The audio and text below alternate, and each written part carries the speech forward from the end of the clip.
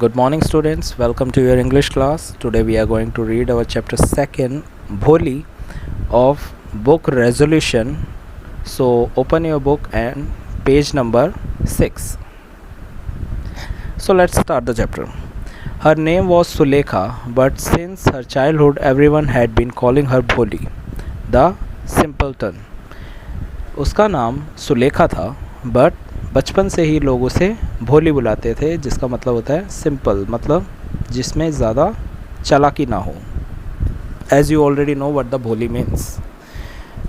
She was fourth daughter of numberdar Ramlal. वो चौथी बेटी थी नंबरदार रामलाल की. उसके पिताजी का नाम था रामलाल और वो एक बहुत बड़े ज़मींदार थे.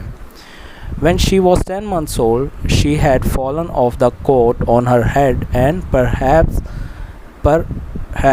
it had damaged some part of her brain. जब वो 10 महीने की थी तो वो काफ़ी ऊंचाई से गिरने की वजह से उसके ब्रेन पर डैमेज हुआ था. That was why she remained a backward child and became to know as Bholi, the simpleton. और इसी वजह से वो दिमाग में काफ़ी पिछड़ गई और अपनी एज के बच्चों से थोड़ा पीछे थी और इसलिए उसका नाम भोली पड़ गया. At birth the child was very fair and pretty. जब वो पैदा हुई थी वो काफ़ी फेयर और प्रिटी थी. But when she was 2 years old she had an attack of small pox. पर जब वो 2 साल की हुई तो उसे स्मॉल पॉक्स का अटैक हुआ. Small pox was viral disease in which small red like dots और मार्क्स आपकी बॉडी पे आ जाते हैं. Only the eyes were saved. उसकी आंखें बच गई. But the entire body was permanently disfigured by deep black पोक मार्क्स. और उसकी जो एंटायर बॉडी थी वो पूरी डिसफिगर हो गई क्योंकि उसके ऊपर सभी पर ब्लैक पोक मार्क्स आ गए थे, ब्लैक मार्क्स आ गए. Little Sulekha could not speak till she was 5 and when at last she learn to speak she stammered. Little Sulekha जल्दी से बोलना नहीं सीख पाई जब तक वो 5 साल की नहीं हुई. और जब भी वो बोलना शुरू किया वो हकलाने लगी. स्टैमर मतलब हकलाना, अटक अटक के बोलना. The other children often made fun of her and mimicked her. Other children, लोग उसका मजाक उड़ाने लगे. जो बच्चे थे वो उसका मजाक उड़ाते थे इस बात पर. As a result she talked very little. और इस वजह से उसने बोलना कम कर दिया. Ramlal had 7 children, 3 sons and 4 daughters, and the youngest of them was भोली. रामलाल के 7 बच्चे थे जिसमें से 3 लड़के और 4 लड़कियां थी, जिनमें से सबसे छोटी कौन थी? भोली. It was prosperous farmer's household and there was plenty to eat and drink. वो काफ़ी वो कहते हैं ना, खाते पीते लोग थे, काफ़ी प्रोस्पेरस थे, उनके पास पैसों की कमी नहीं थी. सो उनके पास खाने और पीने के लिए कभी कमी नहीं थी. ऑल द चिल्ड्रन एक्सेप्ट भोली वॉज हेल्दी एंड स्ट्रॉन्ग. भोली के अलावा जितने भी चिल्ड्रन थे वो काफ़ी हेल्दी और स्ट्रॉन्ग थे. The son had been sent to the city to study in schools and later in college. और जो बेटे थे उन्हें पहले स्कूल में पढ़ाया गया और उसके बाद कॉलेज भी भेजा गया. Of the daughters Radha the eldest had already been married. जो उनमें से सबसे बड़ी सिस्टर थी जिसका नाम राधा था वो ऑलरेडी मैरिड थी, उसकी शादी हो चुकी थी. The second daughter Mangala's marriage had been settled and when that was done Ramlal would think of the third Champa. जो मंगला थी, जो सेकंड डॉटर थी, उसकी मैरिज फिक्स हो गई थी और जैसे ही उसकी मैरिज हो जाएगी तो रामलाल थर्ड जो डॉटर है चंपा के बारे में सोचेगा. They were good looking healthy girls and it was not difficult to find bride groom for them. वो काफ़ी हेल्दी और अच्छे दिखने वाली लड़कियां थी तो उनके लिए दुल्हा ढूंढना काफ़ी मुश्किल की बात नहीं थी. But Ramlal was worried about भोली. पर रामलाल भोली के लिए परेशान था.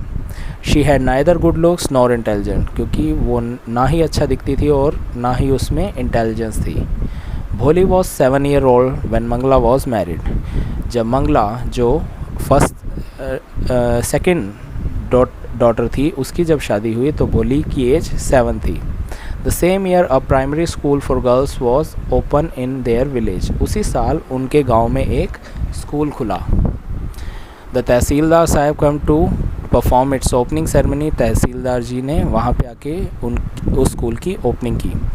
He said to Ramlal, as a revenue official, you are the representative of the government in the village, and so you must set an example for the villagers. You must send your daughters to the school.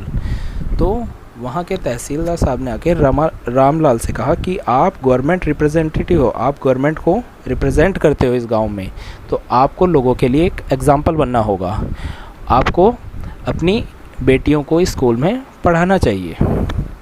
That night, when Ramlal consulted his wife, she cried, "Are you crazy? If girls go to the school, who will marry them?" Ramlal ने ये बात अपनी wife से discuss की. तभी उसकी wife ने चिल्लाते हुए कहा, क्राइड मतलब रोते हुए, क्या तुम पागल हो गए हो?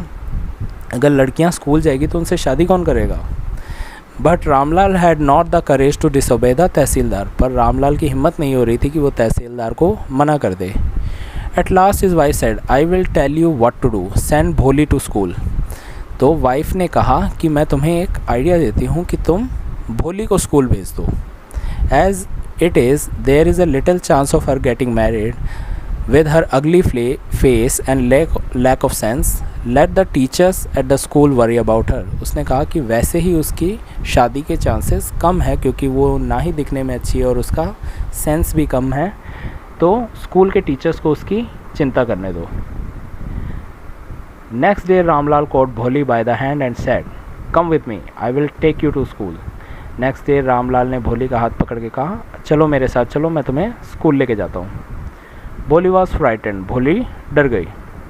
She did not know what a school was like. उसे पता नहीं था स्कूल क्या होता है. She remembered how a few days ago their old cow Lakshmi had been turned out of the house and sold. उसे ये याद आ रहा था कि कुछ दिन पहले उनकी गायें, लक्ष्मी नाम की गायें थी, उसे भी ऐसे घर से बाहर ले गए थे और उसे बेच आए थे. No no no no, she shouted in terror and pulled her hand away from her father's grip. उसने चिल्लाया, नहीं नहीं नहीं, और उसने अपना हाथ अपने पिताजी के ग्रिप से खींच लिया, मतलब पकड़ से छुड़ा लिया. What's the matter with you, you fool?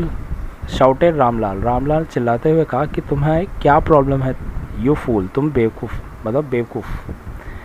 I am only taking you to the school, मैं तुम्हें सिर्फ स्कूल लेके जा रहा हूँ.